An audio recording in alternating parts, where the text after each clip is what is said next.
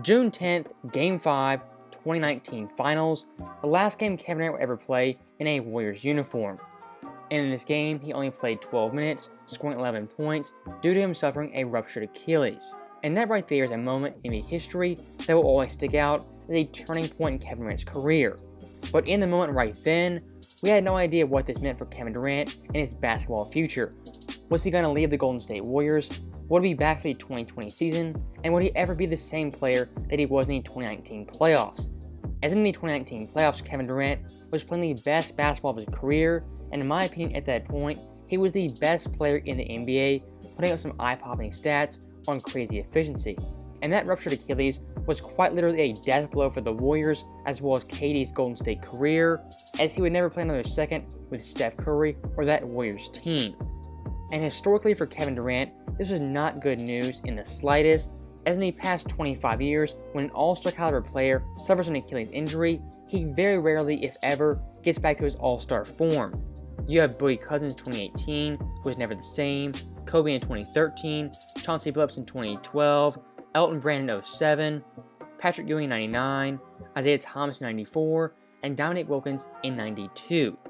And also adding onto that, a player who's over the age of 30, that makes it nearly impossible to get back to your former self.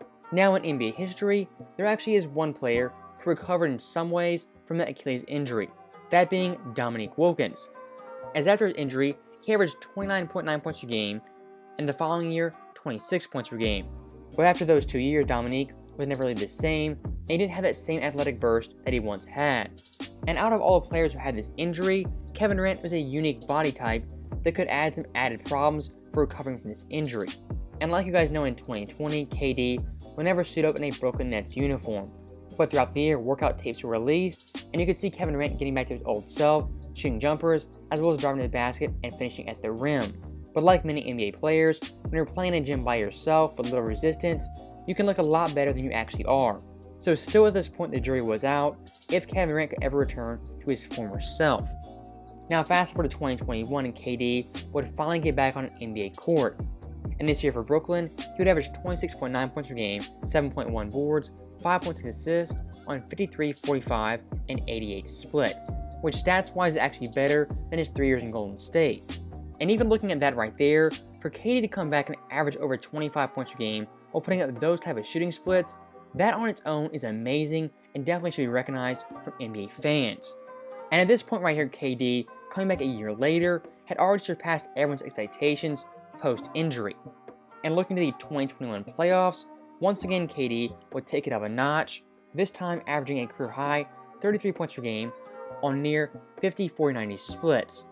And if you compare those stats to KD's numbers in the 2019 playoffs, they are nearly identical, and I would argue they are actually better, which again is remarkable for a player coming off an Achilles injury only 1 year prior. And one thing for the stat sheet that doesn't show up is how good a defensive player KD is for this Nets team. You could argue at some points he is guarding 1 through 5, and he is their best defender on their team. His rim protection, his on-ball defense, his off-ball defense is much improved from his early career, and I think it's actually a little bit better than his time in Golden State. As in Brooklyn, he actually plays real lockdown defense, and he's not roaming and playing free safety like he was in Golden State. So offensively, KD this year, he rivals 2019 KD from a scoring perspective, from an efficiency standard, from rebounding and passing, as well as defense. Everything is about the same, if not a level above, his time in Golden State, which again is remarkable.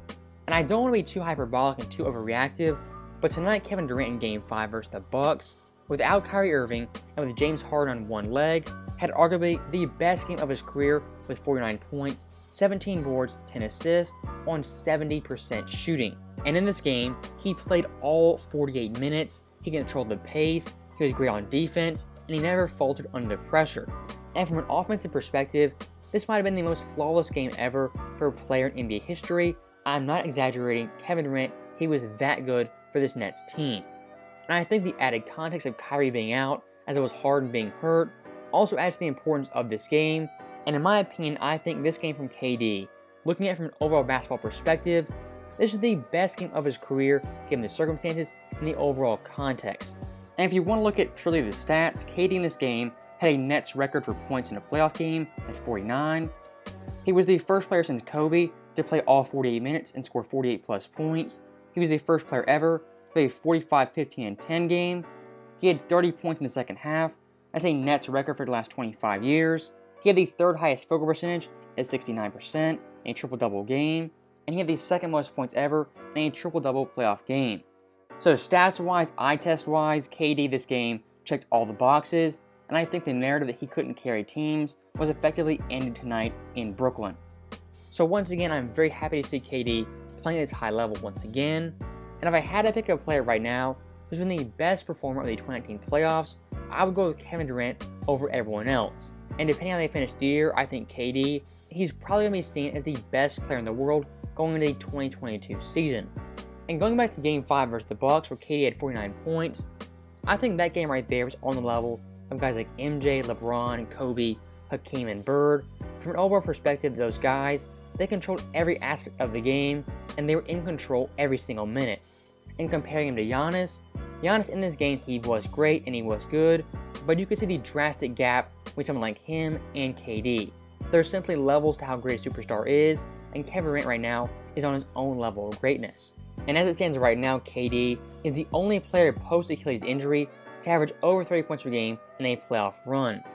Also, in my mind, KD right now is the only player post-Achilles injury to actually reclaim the title as the best player in the world, and I think after this injury, he's actually gone up a significant level as a much smarter player, and a guy who understands how to pick his spots and how to dominate at the crucial points in a game. And I'll end it by saying this, KD in 2021 is the only player in NBA history to get significantly better after the Achilles injury. Dominique Wilkins, he was marginally better, but he wasn't better than his old prime Dominique in the 88 to 91 range. Kevin Durant right now is the best version of KD, better than 2014, better than 2019, better than any year you can think of.